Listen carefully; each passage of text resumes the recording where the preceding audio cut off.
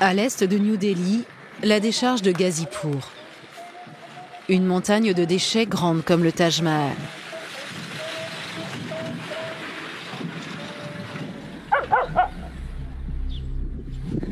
Plus de 70 mètres d'ordures, qui, tel un monstre incontrôlable, continuent de se nourrir des millions de tonnes d'immondices fabriquées par la capitale indienne.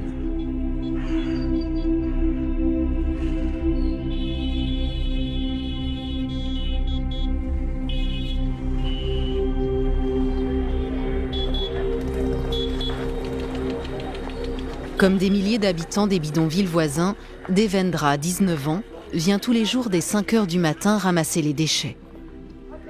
J'ai d'autres chaussures de l'autre côté. Celles-là m'ont coûté cher. Des canettes, du plastique, des vêtements, il récupère tout ce qui peut se revendre ou être recyclé. 10 heures de travail par jour pour gagner l'équivalent de 3 €. De quoi faire vivre sa famille. J'ai déjà travaillé à l'usine. Mais le problème, c'est qu'on n'est pas payé. Tout le monde est dans le même cas. On n'a pas le choix. Ils ne nous ont pas payés depuis 6 mois. Alors que peut-on faire? Il faut bien qu'on mange. Quand j'étais plus jeune, j'ai déjà été obligé de voler pour manger. Je pourrais faire n'importe quoi pour de la nourriture. Nous sommes pauvres. Nous sommes obligés de vivre comme ça.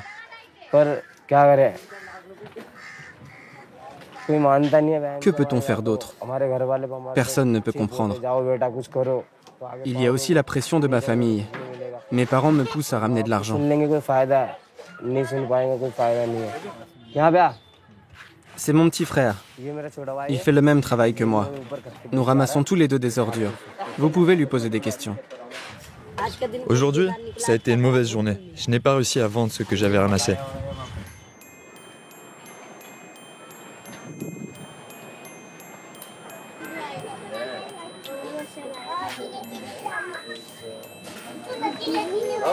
Plus de 1500 familles vivent dans les bidonvilles de Ghazipur, qui se sont peuplées pendant 15 ans d'agriculteurs de la classe des intouchables. Ces parias de la société ont quitté leur village natal pour fuir la misère.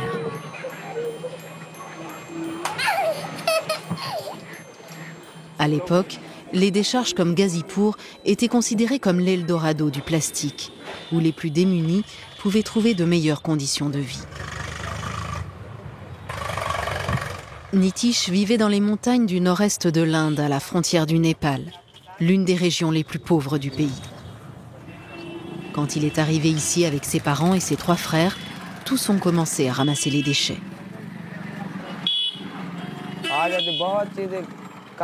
Quand on trie les ordures, on ne sait jamais ce qu'on va toucher.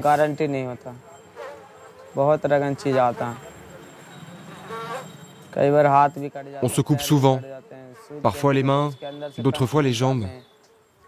Il arrive que nos vêtements se déchirent. Le verre peut couper nos vêtements et notre peau.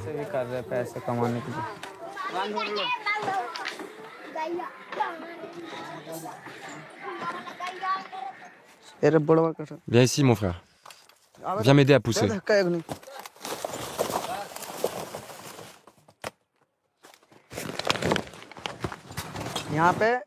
C'est à cet endroit que le tri s'effectue.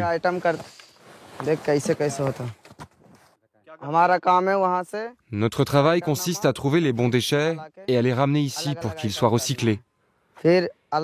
Puis différentes entreprises vont venir les chercher et on sera payé. Avant, on était payé correctement.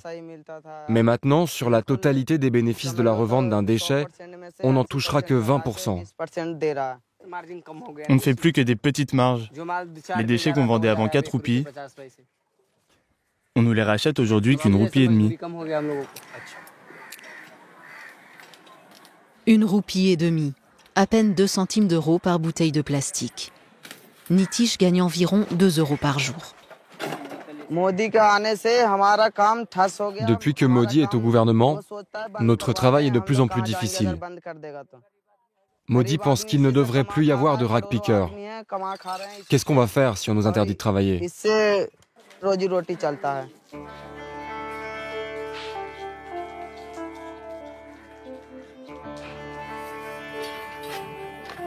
À son arrivée au pouvoir en octobre 2014, le Premier ministre nationaliste Narendra Modi a lancé la grande réforme Clean India. Son programme vise à interdire le plastique à usage unique et à nettoyer les rues du pays. Une réforme écologique face à l'urgence sanitaire qui va cependant condamner l'avenir de dizaines de milliers de ramasseurs d'ordures comme Nitish. Je ne continuerai pas ce travail encore très longtemps. Je pense que je travaillerai encore 2 ou 3 ans. Peut-être qu'on repartira dans notre village et qu'on ouvrira une petite épicerie. On n'est pas très optimiste pour notre avenir ici. Ouverte en 1984, la déchetterie de Ghazipur est arrivée à saturation en 2002, quand la Cour suprême indienne a ordonné sa fermeture.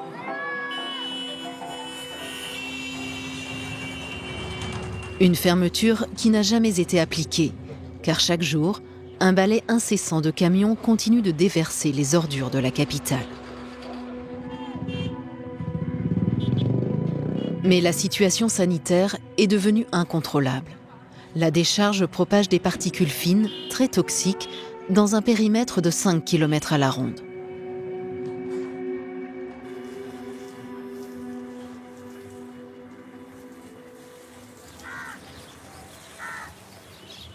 Au Centre de la science et de l'environnement, un organisme indépendant qui surveille la qualité de l'air en Inde, le problème de Ghazipur est aujourd'hui prioritaire.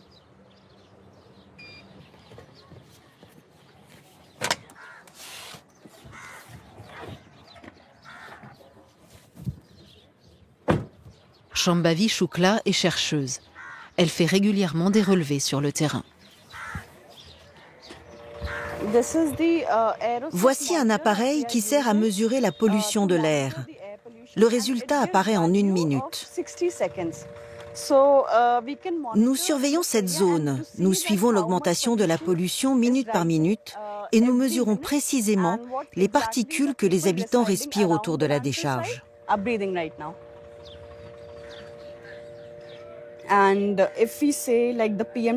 Regardez la concentration actuelle de PM10. Il y en a presque 600. La moyenne autorisée est de 100. Et là, il y en a 6 fois plus. Si vous prenez les particules plus petites, les PM1, qu'on ne mesure pas habituellement en Inde, leur niveau est très élevé. Ces particules affectent sérieusement la santé des enfants et des adultes.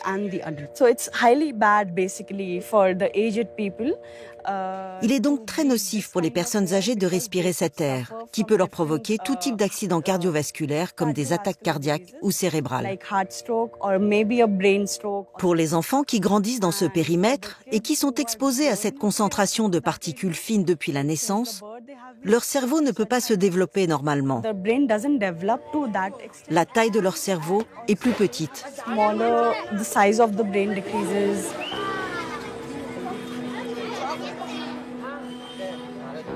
Une étude récente de l'UNICEF a montré que la taille du cerveau des enfants exposés dès le plus jeune âge à cette pollution est plus petite que la moyenne nationale. Leur QI est plus faible et ils sont davantage sujets aux maladies neurologiques.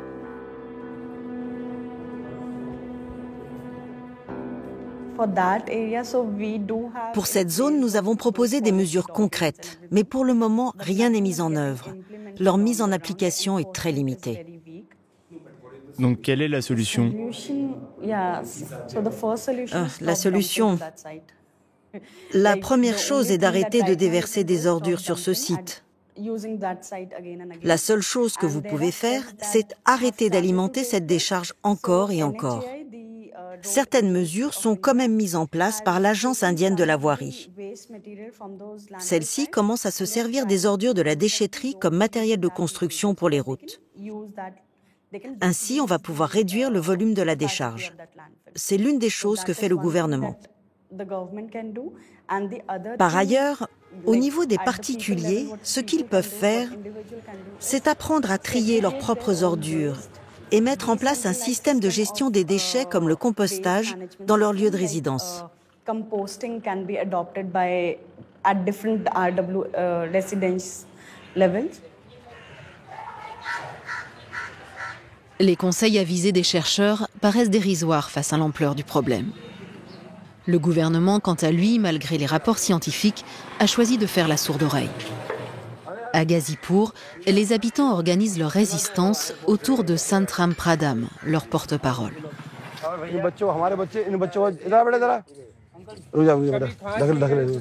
Sa femme est morte à cause de la déchetterie. Il est venu vivre à Ghazipur quand il a pris sa retraite et sa femme est morte 2 ans plus tard. Elle était en meilleure santé que lui. Moi, mon beau-frère est parti vivre en Angleterre, car son enfant avait des infections pulmonaires. Il ne veut plus revivre ici. Il a vendu sa maison. La moitié des enfants de Ghazipur veut partir d'ici. Tout le monde paie ses taxes ici. Et l'argent qui leur reste leur sert pour payer les soins médicaux. Allez à l'hôpital, vous verrez que la situation est très grave. Tous ces gens sont âgés, ils sont à la retraite. Croyez-vous qu'ils ont le droit de vivre normalement ?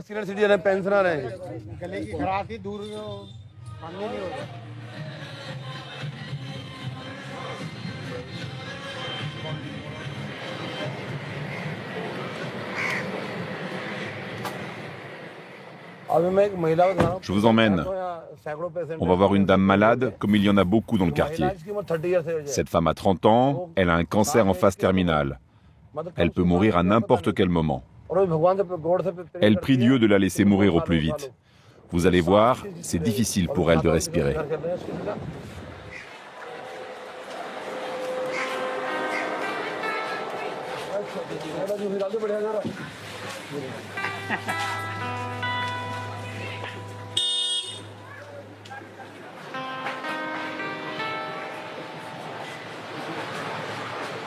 C'est elle.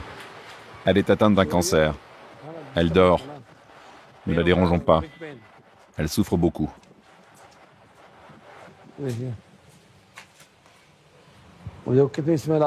Il y a tellement d'odeurs et d'émanations qu'on peut les sentir jusqu'ici. C'est pour ça qu'elle a le cancer. Il y a 10 ans, ma sœur aussi est morte de la même maladie. Mon frère et ma nièce sont aussi morts dans le quartier. La situation est terrible, tous les enfants tombent malades. Ici, on ne peut même pas ouvrir nos fenêtres. À ce jour, l'État n'a jamais commandé d'études scientifiques sérieuses sur la question. Santram Pradhan vit à Ghazipur depuis 37 ans. Il est arrivé bien avant la déchetterie. Quant à la place de la montagne, il y avait une grande réserve d'eau naturelle qui alimentait le quartier. Il veut nous montrer la décharge, au plus près de ce monstre où les journalistes ont interdiction d'entrer. Sans moi, si la police vous attrape, elle vous arrête. Cachez la caméra.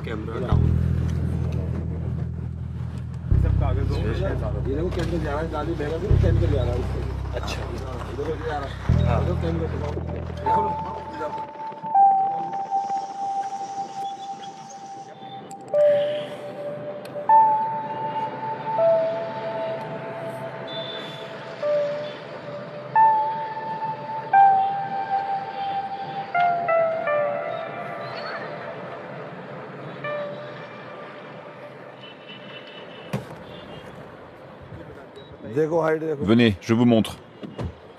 Regardez à quelle hauteur on est.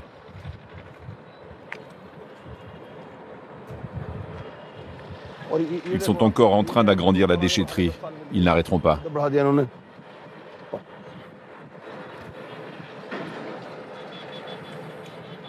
Vous voyez toute cette brume? C'est uniquement de la pollution. Vous pouvez la voir au-dessus de toute la ville.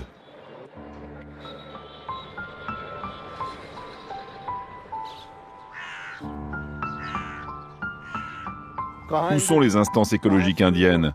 Où est la Cour suprême? Cette situation, on la doit uniquement à la corruption. La Cour suprême est en train de détruire cette ville avec ses décisions inutiles.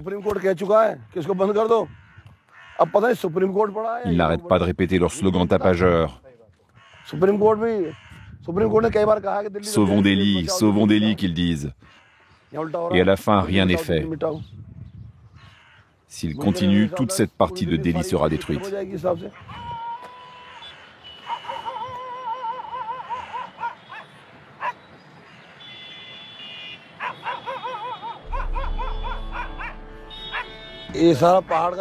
Tous les produits chimiques s'écoulent de cette montagne et ça descend dans notre quartier.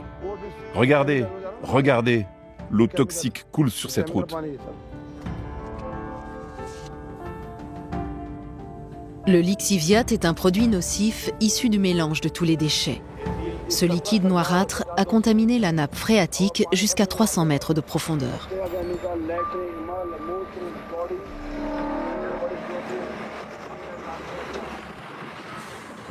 L'eau chimique est un poison.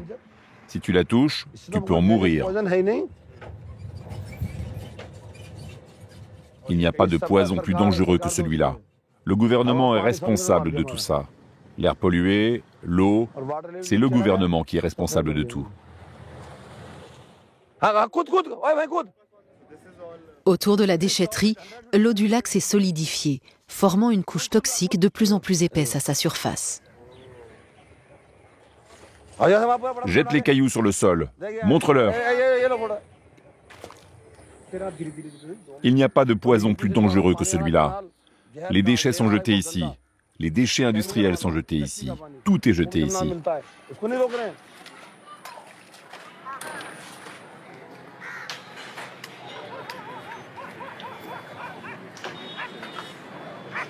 Santram Pradhan s'emporte contre le laxisme des autorités.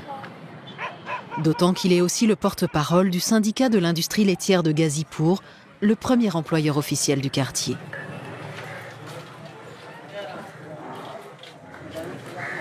Dans les années 70, Indira Gandhi avait donné les terres de ce secteur aux habitants pour qu'ils y développent des coopératives avec leurs bufflonnes et leurs vaches. Depuis, Ghazipur alimente en lait les 30 millions d'habitants de New Delhi. Un secteur économique vital que l'État voudrait reprendre en main et privatiser.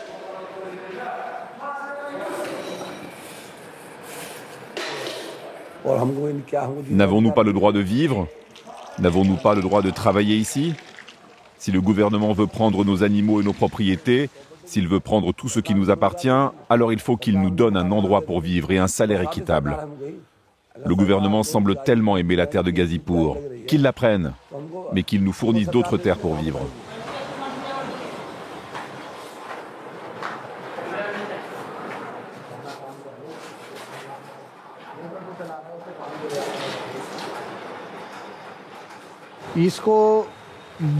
C'est un enclos de 550 mètres carrés.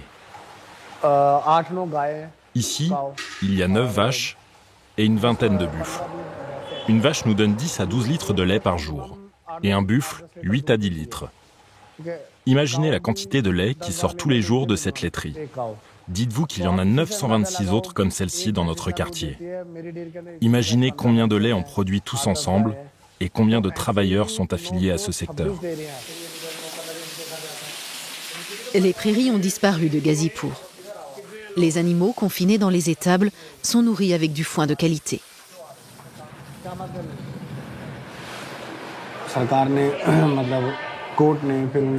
Les autorités disent que nous polluons le secteur avec nos buffles. C'est faux, bien sûr. La Cour de justice a fait pression sur la municipalité pour prendre des mesures contre nos laiteries, en disant que si les producteurs de lait n'appliquaient pas les nouvelles normes imposées, il fallait les expulser et fermer leur laiterie. Un jour, les autorités sont venues avec la police. Elles ont pris nos buffles et ont scellé une partie de nos activités.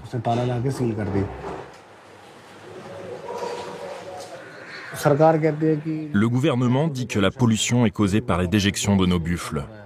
Mais la montagne d'ordures n'est-elle pas le problème principal? Au lieu de penser à nous expulser de nos terres, Les autorités ne devraient-elles pas faire en sorte de trouver une solution pour déplacer la montagne? C'est à cause d'elles que nos animaux tombent malades. Et nous aussi.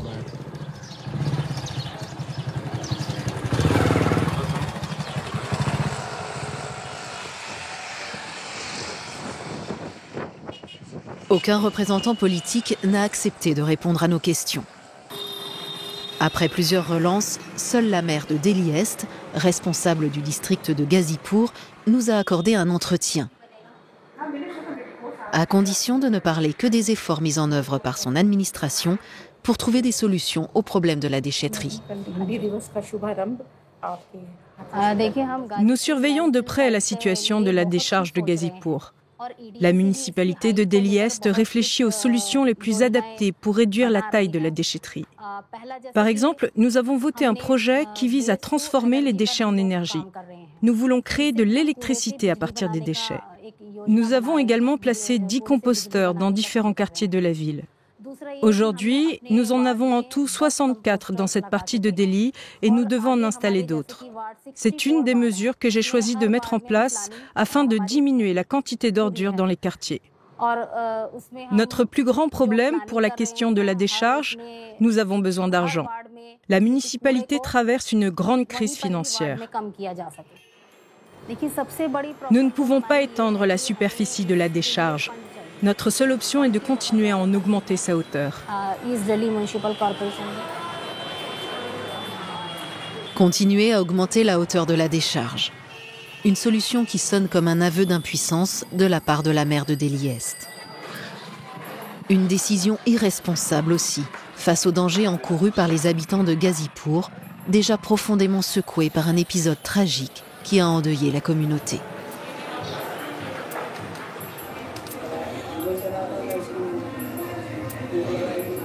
Il y a 2 ans, un éboulement causé par les remontées de gaz qui s'échappent de la décharge a tué 2 jeunes du quartier, ensevelis sous 50 tonnes de déchets.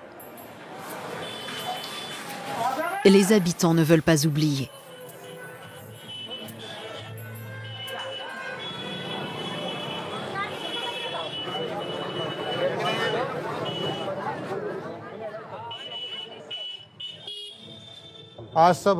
Aujourd'hui, nous sommes tous réunis ici car il y a 2 ans, 2 innocents sont morts à la suite de l'éboulement causé par cette déchetterie. Toute la communauté s'en souvient. La première victime s'appelait Raj Kumar, une jeune femme de 21 ans. La deuxième s'appelait Abhishek, un jeune homme d'à peine 19 ans. Les 2 sont morts ici. C'est pour eux que nous sommes réunis ce soir, pour rappeler au gouvernement ce drame. Tout le quartier veut rendre hommage à ces jeunes, en présence de leur père. Nous marquerons 2 minutes de silence à leur mémoire. Mais avant, nous demandons encore une fois au gouvernement de fermer au plus vite la décharge.